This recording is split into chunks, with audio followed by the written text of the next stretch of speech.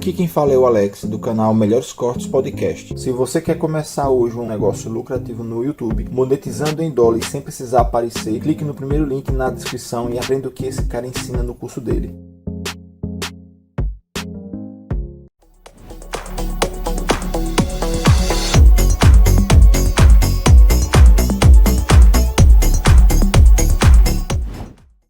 Vamos falar de Flor de Lis? Eu sei muito pouco sobre esse caso. Esse livro saiu no final do ano, como você disse. Dá o contexto pra gente, então, desse livro. Como que você entra nesse projeto? Em que ponto? Você já tinha escrito os outros dois? Então, um puxou o outro. Eu fiz a Suzane achando que era só a Suzane. Depois que eu fiz a Suzane, eu estava terminando a pesquisa pro livro da Suzane, fui acompanhar uma saidinha dela da cadeia. E a Elise Matsunaga estava saindo pela primeira vez. Eu nem pensava em escrever livro sobre ela. Nunca acompanhei o caso como repórter. Nunca entrevistei o delegado na época do crime e tal. Eu não morava nem aqui, morava em Brasília. Daí eu vi para fechar o livro da Suzane na porta da cadeia, eu vi a Elise saindo pela primeira vez e vi todas as mulheres que ficam na porta da penitenciária batendo palma para ela. Aquilo te chamou atenção. Sim, aí aquilo me chamou atenção. Eu não entendia nem por que estava batendo palma para quem? Para Elise. Não é possível. É assim, ó, a porta da penitenciária é igual uma porta de escola. Então tá o pipoqueiro, as mulheres saem, mas elas não vão embora, elas ficam por ali, os parentes estão ali. Então fica uma muvuca ali na frente. Eu tava vendo, e é incrível que no seriado da Netflix, eu até apareço atrás com ela, né? Segurando, eu já vi isso. Não é? As primeiras cenas do seriado eu tô lá. Eu tava fazendo Suzane na época. Aí eu já conheci... É o seriado da Suzane, na Prime, não é? Da Elise. É no Netflix. Não, eu vi você, parece que quando, tipo, a Suzane, isso é verdade. A Elise saindo, você atrás dela, isso. Filmando com o celular. Filmando, isso foi em 2018. Eu ainda nem estava sonhando escrever livro sobre Elise. Eu estava lá com a Suzane, que a Suzane saiu na mesma ocasião. Daí, quando a Elise saiu, tinha umas câmeras lá. Sempre tem, na verdade, a imprensa fica lá. Mas eu vi que tinha umas câmeras diferentes que já eram do documentário. Que eles levam uma parafernália maior para filmar. Quando a Elise botou o pé para fora da cadeia, eu lembro que ela saiu com uma bata branca, aquela imagem que todo mundo vê ali. Aí a mulherada começou a bater palma. Aí uma bate palma aqui. E quando eu vi, tava todo mundo, até o pipoqueiro batendo palma, o cara do batendo palma. Era uma palma tão contagiante, quando eu vi, até eu tava batendo palma. Nem sabia. Não sabia o que era, né? Aí depois eu vi que a Elise saindo, desfilando, entrando no carro da advogada, e depois eu liguei pro Luciano Santoro, ela tá saindo e tal, não sei o quê. Aí eu fui conversar com as mulheres. Tem uma que grita, vai Elise, vai cuidar da vida que tu merece. Tudo bem que são pares dela, porque são criminosas. Em Tremembé, o perfil da população carcerária é essa, quem matou de forma violenta membros da própria família. Mas mesmo assim eu não vi bater palma presa nenhuma. A Suzane e a Ana Carolina Jatobá, a madrasta da Isabela Nardoni, elas saem da cadeia feito ratazanas. Elas saem porque não querem ser filmadas, não querem conversar com ninguém, entram no carro e desaparece. A Elise não, a Elise ela sai devagar, ela sai cumprimentando. Tem mulheres, eu tenho um Instagram, Mulheres Assassinas, que é o Instagram da trilogia. Tem uma foto que eu botei lá de uma mulher abraçando a Elise, tipo assim, muito solidária a ela. E depois eu fui conversar com essa mulher. A senhora conhece ela? Não, eu entendo o que ela fez, eu apoio a ressocialização dela e tal. O marido dela era um escroto mesmo, sabe? Esse é o discurso delas. Daí, terminei o livro da Suzane.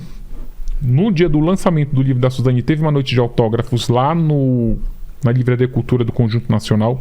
E o Luciano Santoro, que é advogado da Elise, eu já conhecia de outros casos. Ele não advoga só para ela, advoga para outros clientes famosos também. Aí ele brincou lá quando eu estava autografando o livro dele, ele falou assim, aí com a minha cliente vai ser quando? O livro dela. Aí ficou com aquilo guardado. Aí fiz uma turnê de lançamento, veio a pandemia, que ele foi lançado no início de 2020. Aí eu procurei o escritório do Luciano, é tipo 2 quadras da minha casa. Tipo, atravesso 2 ruas, dobro o escritório dele. Tava na pandemia, lá tudo fechado, eu comecei a trocar ideia com ele. Tal. Comecei lendo o processo, O livro da Elise Matsunaga eu acho mais interessante do que o livro da Suzane, por conta de todas essas camadas que a gente conversou aqui. Essa coisa do relacionamento abusivo, essa coisa da mãe... Dela ter sido uma garota de programa. Dela ter sido garota de programa. O livro é um ensaio sobre a prostituição. Nada disso justifica o que ela fez, mas tu precisa entender o que aconteceu. Tem um psicanalista que me ajudava muito, que ele sempre dizia assim, olha, matou, esquartejou, trucidou, é chocante, passa essa página, mas não para frente, para trás. Tenta descobrir o que levou a pessoa a tomar essa decisão. O que caminhos ela percorreu até ela cometer um crime como esse. E mais, vai mais para trás para tu ver os antecedentes dessa mulher, para tu ver quem era a mãe, quem era o pai, quem eram os primeiros namorados, em que tipo de ambiente familiar ela foi criada. Que aí isso te ajuda a entender, porque não já aconteceu com você de, sei lá, um amigo teu se envolveu numa merda tão... Nossa, como assim? Tipo... eu conheci o cara. Fulano, sabe? Tu tem que... Espanta, né? Espanta. Pô, ele tava com ele ontem. Sim. Mas às vezes a pessoa deu um sinal e você não percebeu. Não percebeu. Um maus tratos. Porque, cara, a violência, ela é um rompante, mas ela te dá sinais pequenos para trás. Eu conversei com uma psicóloga aqui de São Paulo que ela é especializada em violência infantil. O nome não é esse, é um nome mais técnico, mas enfim é isso. São crianças que manifestam traços de violência. E ela é uma psicóloga caríssima, assim, que ela só atende essas famílias endinheiradas. Mas aí ela atende o caso da criança que está maltratando o animal, que bate no irmãozinho, que tem reclamação de forma recorrente da escola de que ele é violento com os coleguinhas. Os pais às vezes vão passando a mão, é a fase, é assim mesmo. Tem pai que quando é chamado na escola, olha, o seu filho bateu no fulano. O que o fulano fez para ele poder apanhar? Outros pais não, eles se atentam a esses sinais e procuram ajuda psicológica para o filho.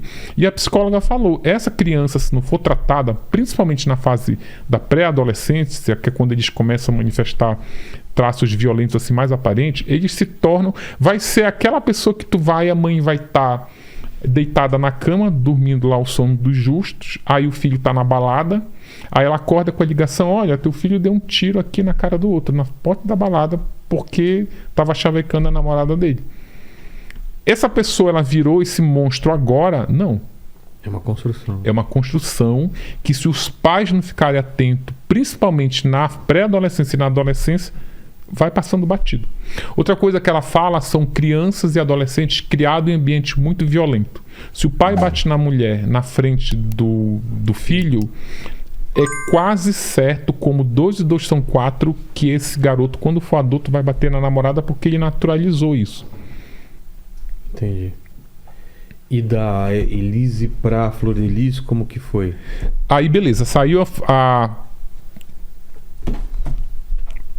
Sabe que eu não sei como pulou? Eu acho que aqui eu decidi fazer uma trilogia. Tá. Eu lembrei, tu sabe que quando eu tava indo muito nos programas divulgar a Elise, igual como eu vim aqui, fui lá no Danilo Gentili, ia muito no Pânico, e já tinha essas duas, e segue meu padrão de capa. Total. Ficavam me perguntando, cara, foi muito sem querer. É uma trilogia? Não, e a próxima, quem vai ser? E a próxima, quem vai ser?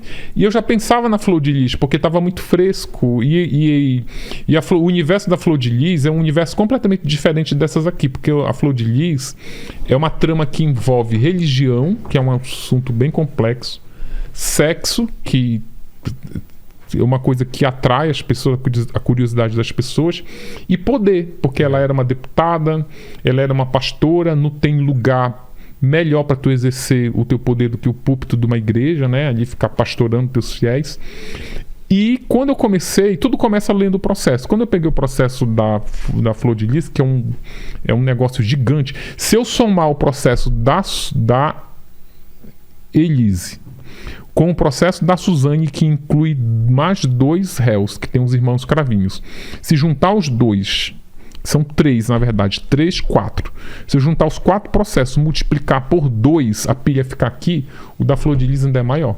Mano, e por que isso? Cara, é uma trama que ela sai...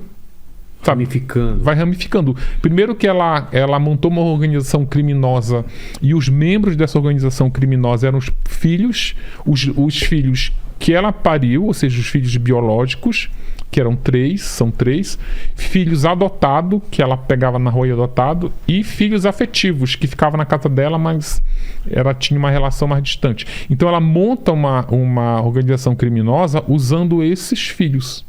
Então, tipo... ela é acusada de praticar rachadinha no gabinete da Câmara em Brasília. Quem estava operando? Um filho dela. 2 filhos, aliás, uma filha e um filho. E o marido também, tem uma coisa que se assemelha muito no livro da Elise, é que o marido da Flor de Lis, usei até lá no Flow um chavão que ficou até engraçado. O marido da Flor de Lis também não era flor que se cheirasse, porque o cara era envolvido com, sabe, tipo, ele compactuava com esses crimes sexuais da Flor de Lis. Ele administrava o gabinete da Flor de Lis, ele gerenciava também a rachadinha. E fora os crimes sexuais, essa coisa de... Tem uma coisa que é muito delicado, que isso nem sei como isso vai estar no livro, que é essa questão dos estupros que eles cometiam. Inclusive ela. Eu estou ali ainda num dilema, estava até na semana passada conversando com os especialistas, porque ela é acusada de estuprar os próprios filhos. Louco. Então é uma coisa que... Os naturais ou os biológicos? Os biológicos. Não, não os biológicos. Os adotivos, isso. Ela tinha uma coisa ali meio louca. Esse universo da Flor de Lis, assim, é surreal. É uma coisa que tu não acredita. Eu vou te contar, tu não vai acreditar. Tu vai ler aqui, tu vai continuar não acreditando. Mas ela montou uma casa que se chamava Casa Flor de Lis para adotar essas crianças, mas era um plano que ela tinha. Ela queria ser essa mãezona. Eu sou mãe de 50. Com isso, ela começa a conseguir doações, inclusive de empresários famosos, de artistas. Conseguiu comover a imprensa nacional, porque ela foi matéria no Fantástico, foi matéria no jornal, nos jornais locais do Rio, foi na Ana Maria Braga, foi no programa da Xuxa na época. Usou isso para se eleger? Sim, primeiro ela usa isso para desenvolver uma carreira de cantora gospel, e da carreira de cantora gospel casada com a carreira de pastora, para virar deputado, para virar político, é um pulo. Então, assim, um dos critérios, logo no início, que ela usava para adotar algumas crianças, era essa questão do sexo. Ela transava com eles. Eu tenho depoimentos hoje são adultos, mas de que na época eram adolescentes, que chegava um grupo de 3, porque a casa dela ficou famosa. Então, quando teve aquela chacina da Candelária, muitos moradores de rua no Rio ficaram assustados, e já tinha aquela fama de que a gente mora na rua, mas tem a casa da Flor de Lis ali que ela acolhe.